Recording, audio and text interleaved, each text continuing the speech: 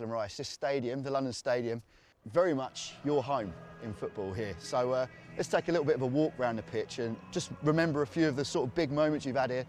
I'm going to start here because I distinctly remember the debut of the band. Talk me through that, the Spurs goal. By Fornals. And Lingard, beautifully finished. And obviously Jesse ran through, scored, VAR, we was like, oh no, he's offside. Next thing he scored, obviously there's no fans, so we've just made a big mess of it, ran over and just, yeah, obviously the big band are playing the drums. Jesse, he brought some energy to the team. When you remember those games, because when you watch them back on TV, obviously they were putting the crowd noise in. Yeah, do you remember yeah. them? Do you remember them with no one here? Do you hear it like, yeah, the crowd will go mad? Now, on the TV, you'd always hear the crowd noise, but here it was obviously nothing at all. Mostly the manager just shouting on. Get back. Exactly. But yeah, they were weird times. All right, well, while we're stood here, let's talk about your first goal here. We've actually got it up on the screens at the moment. Talk me through this. Obviously, Arsenal. How old were you here? Must have been 20? 19. 19. I think my 20th birthday was like 3 days later. I've been waiting so long, so I'd had a full season without a goal. And I think this was like a quarter, half the way through the next season, and hadn't scored. And I had all the lads on my back pressurising me constantly in training. Because in training I could do it, but I'd get to a game and it'd go over the bar, it'd go wide. And from the moment it just hit the back of the net, it was honestly that feeling. I've never heard a cheer like it, innit? I always said for my first goal, knee slide has to come out. Yeah, I was going to say, we're walking along here, it's going to take us another 5 minutes to get to where the knee slide ended, basically. Is that how you planned the whole thing going, the celebration, like, right, I'm just going to go mad, I'm going to go crazy? Knee slide celebration lifts the roof off, doesn't it? So I just thought I have to do it. Obviously you started at centre-back and then they moved you further to the holding midfield, and I think this was quite soon after the move, and this is the season where you really...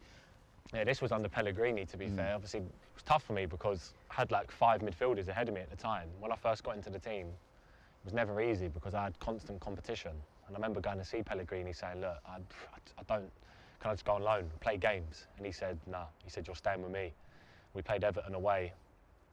I got man the match, and that was the 4th game in. And for the rest of the 34 games, I played every 90 minutes. That loan move, did you want to take a step down to the Championship, or was it another Premier League team? What were you thinking? Championship, yeah. I had a few clubs that wanted me in the Championship, and I just kind of thought the manager wasn't fancying me because I was left out for 2 games. But he was obviously testing me as a character. You know, I'm really fortunate, to be fair, for the club and the lads that have looked after me, because without West Ham, there would be no me. So. Yeah, it's incredible, really. What was the difference between them and training them on match day? Were they giving you all the abuse and all the difficult passes in training, and then match day? Clearly, they trusted you. Training with them lot was crazy, honestly, because some of the shouts and that they'd throw out during training is just incredible. But then in game time, if you're not doing it right, they'd tell you instantly. They're not afraid of that. It's like they turn on the switch, because like I said, you're playing for 3 points, really, and you've got 60,000 here who want to come and watch their team win games. So, main thing you need at this level is the character. So your first game as captain was a loss against Leicester, wasn't it? It's not all easy being a leader, is it? No, to be fair, I'm not one who's going to go out and dig people out and shout at people. But if I need to say something, I will say something. Because that's about growth, about learning, about helping your teammates out at the end of the day. As captain, I've obviously had the best captain here, Nobes, who's I think he's like a man manager, really. But as a player, how he deals with players and situations, I've never seen anything like it. And of course, I'm only 23. Still got a lot to learn, but... You're 24 now, aren't you? 24, sorry, yeah, 24. Getting old. You're the old boy in the dressing room. I know, yeah, so I'm still learning, but yeah, I'm loving every minute of it. And getting to walk out, like standing in that tunnel before the game, like you just stand there and you just see this stand, you just visualise it, you're just like, these fans are so passionate. Yeah. You just want to go out there and do it for them. This is massive for us, come on! Have you got a particular game that you like most? Because everyone always used to say about Upton Park is Upton Park under the lights. What kind of games do you enjoy the most here? I have to say the European ones last season. I don't think you can beat them, to be honest with you. Just the whole build-up of it.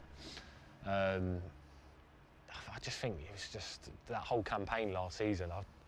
The level of performances we put out as a team, we went to levels that we'd never been before, and I think the fans, they found an extra voice. Everyone was just pumped. These European runs, they wouldn't have happened if it weren't for a game here. I think the Watford game, 3-0. What a goal. And we had a goal just here, right? Yeah, without the fans. That was a big game though, again, because we was in a relegation scrap. And I remember, it's horrible when you're down there because you're constantly looking at the teams around you. But in them times when we played Watford, they was near us, big game. And I just thought, set the ball outside of the post, and I just couldn't have hit it any better. There you go. Yeah. That is a terrific hit. An absolutely fabulous goal from Declan Rice. Do you know when you score them type of goals, even like with no fans in it, the feeling of scoring a goal? Like I'd love to be like Haaland. He's 25 goals. I don't know what I'll do if I score 25 goals. He doesn't have too many like that though, to be fair. I know, but to be fair, when you score ones like that as well, you get home, your mum and dad are buzzing, your brothers are buzzing. Especially me as well, I'm like a big kid. I'm watching that for hours. So yeah, when I score, it's a really special moment, especially at home as well. The celebration, like we said, we went over to the bench, big hug from Moyes. Yeah. How important has he been in that process? Yeah, he's massive. I've obviously had him in 2 spells. You know, he's constantly wanted me to improve and be a leader and, you know, do more. And when he criticises me still now, I take it on the chin. You know, like I said, I love to learn. How often is that? Yeah, to be fair, he doesn't care. He says it how it is. If I'm not playing well here, we're at half-time or after the game, he'll dig me out in front of everyone. To be fair to yourself, Declan, I don't think you had too many stinkers there. Too many in the last few years, anyway. Are there any that really stand out? Nah, not really, to be honest, but I think for the standards I set myself, even if I miss a pass, I used to just be like, I used to beat myself up about it all the time. And I remember Nobes pulling me and saying, stop doing that, get on with it. I was like, yeah, you know what, you're right. So what you're talking about there with Noble, you're obviously you're that leadership figure this year. Yeah. You know, in Bucharest this year, there was like loads of 16, 17, 18-year-olds playing.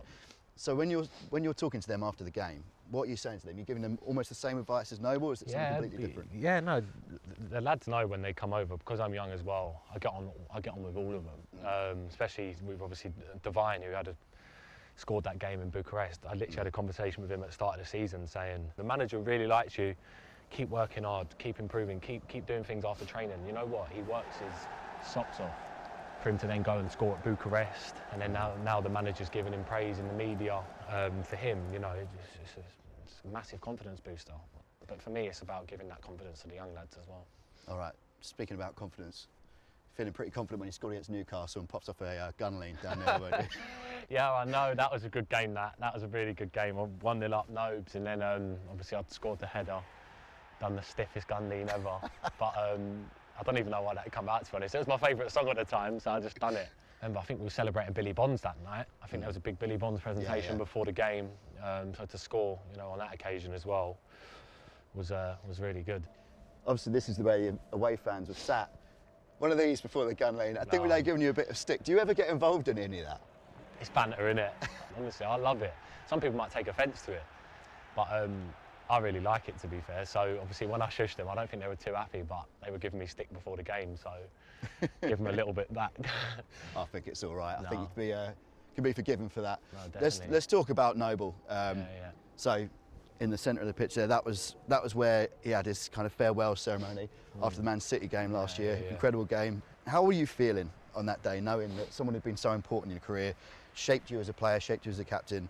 Yeah, obviously he's back as director of football now, but he was leaving the dressing room.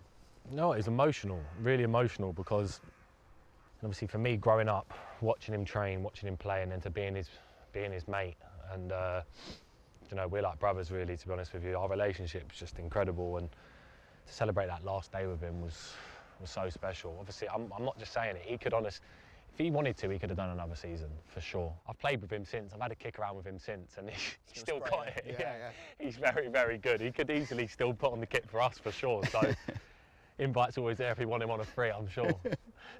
But no, what a man. I can't even speak highly enough of him. I know after the Europa League semi-final defeat, you were so disappointed that you couldn't, not only losing out on the opportunity to lift the trophy, but the fact you couldn't do it for him. Yeah. And that sort of spoke a lot about what he means to this squad. Yeah. That it was almost the first thing you were saying in that. Yeah, that was the big thing that all of the lads had really wanted, you know, to send him out on a high with a trophy. And do you know what? At these points here, when we'd won that game against Seville and we beat Lyon, there wasn't one thought in our head about losing that tournament. It was like, we're winning this tournament. Like, we don't care. Like, we're going to do everything we can to win it, and no one's stopping us. but we just had that spirit and that desire and that togetherness in the changing room that we really wanted to go out there and just give it everything. And pride I had in leading the team out and giving these fans special nights. And yeah, like you can see, honestly, them nights are what you live for. How was the atmosphere this night? Oh, it was just another level. Obviously, Yarmolenko, the story you'd get. Yeah, I was thinking about that Yarmolenko goal. It all just added to all these sort of magical moments that happened on that ride. How special was that moment of him scoring now? Yeah, you couldn't write it, to be honest with you.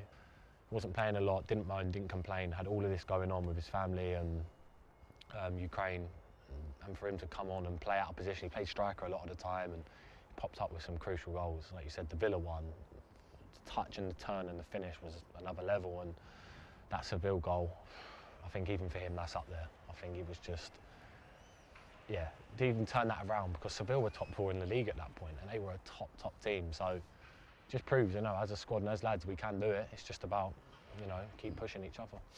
62,000 people, it's not a bad place to call home, is it? Nah, for sure. It's, like I said, I'm sure for the game, the games coming up, big ones that we've got here, they're going to be in full voice. And like I said, I've got the privilege of standing there and seeing all the bubbles fly around before the game and then leading the team out. So yeah, it never gets boring. It's honestly such a feeling you can't describe. Amazing. Declan, thank you very much, mate. Appreciate it. Cheers.